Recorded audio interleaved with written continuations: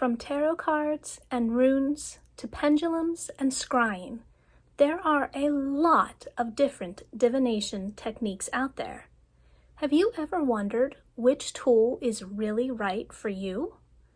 Today, we're exploring the most popular divination tools, their unique strengths, and how you can choose the ones that speak to your spirit. By the end of this video, you'll have a better idea of which tools to try first and how they can help guide you on your spiritual journey. Welcome back to the Mystic Brilliance channel, beautiful souls. If you're new here, my name is Kristen, and I create videos all about mystical living, pagan practices, and spiritual growth. If you're just starting your journey, this is the perfect place to find inspiration and guidance. And even if you've been walking on this path for a while, you'll probably pick up a few new ideas along the way as well. So, let's jump right into our divination tools. We'll start with the big one, tarot cards. Chances are pretty good that even if you talk to someone who knows absolutely nothing about divination, they've at least heard of tarot cards before. Tarot is like a mirror for the soul. There are 78 cards filled with symbolism and archetypes that reflect your inner and outer world. The strength of tarot is the storytelling. It doesn't just give you a yes or no answer. It paints a picture of what's influencing your situation, the energy around it, and the possible outcomes. If you're drawn to imagery, symbols, or if you love intuitive storytelling, tarot is probably your best friend. Now, if tarot feels a little too intimidating, that's okay, because oracle cards might be the softer gateway for you. Oracle decks come in all shapes and sizes. You can find them featuring angels, animals, crystals, affirmations, goddesses. You get the idea. There are tons of them. And there's no set structure like tarot. If you're curious about what oracle cards might look like, I have some available in my shop. So I'll include a link in the description so you can take a peek and get a better idea of what I mean. The strength of oracle cards is their flexibility. You pull a card and you get a clear, uplifting message that's easy to interpret. They're perfect for beginners or if you just want some quick daily inspiration. Next up, we have pendulums. Not only is this one of the simplest tools you can use, it also happens to be one of my personal favorites. A pendulum is just a weighted object on a chain or string, and it swings to answer yes or no questions.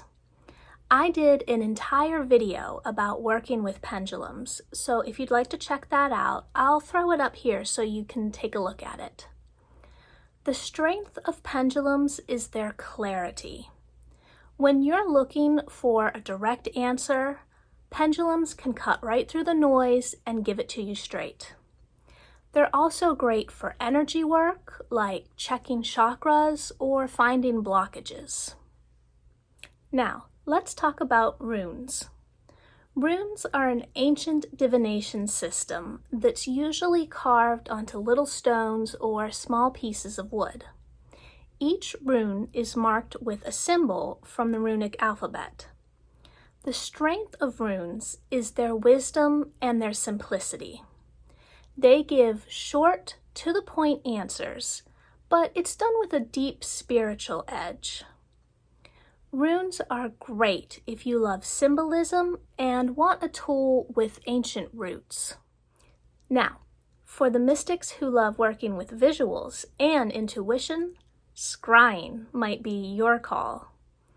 Scrying could include gazing into a crystal ball, a bowl of water, a mirror, or even candle flames.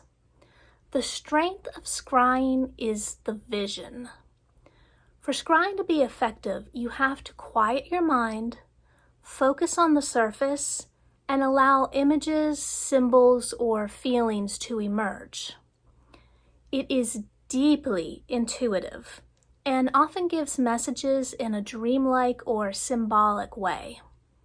Scrying works very well for people who are naturally visual, imaginative, or intuitive. Another fascinating divination tool you might want to consider is palmistry, or reading palms. Your hands are said to carry a map of your personality, strengths, challenges, and even potential paths that you might take. The strength of palmistry is self-knowledge. It's less about predictions, like trying to get into the future, and more about understanding yourself on a deeper level. If you love studying patterns or working with something tangible, palmistry can be very grounding. So, now that we've discussed some of the most common forms of divination tools, how do you choose the right one? Well, first off, it helps to think about your personality. If you love stories and rich symbolism, go for tarot. If you like quick, clear messages, try a pendulum or oracle cards. If you're drawn to ancient traditions, runes might be your match.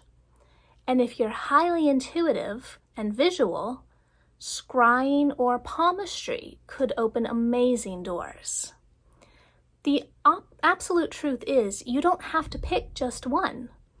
Many practitioners, myself included, use multiple tools and simply choose whatever feels right in that moment.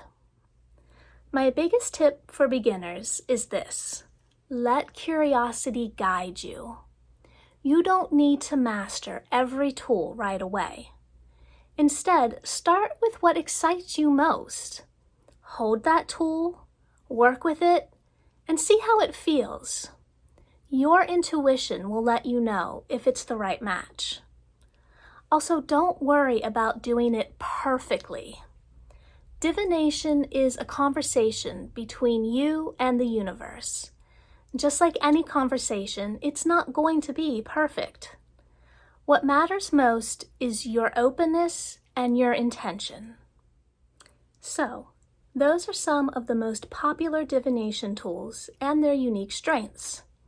Each one offers a different doorway into wisdom and guidance. Remember, this path is about discovering what resonates with you. The universe speaks many languages. Your job is to find the one that lights up your spirit. If you found this video helpful, please give it a like. It really does help support this channel. Also, I would be so grateful if you hit that subscribe button so you can get more mystical tips, rituals, and guides. Also, tell me in the comments, which divination tool are you most excited to explore? I love hearing your experiences and sharing in this journey together.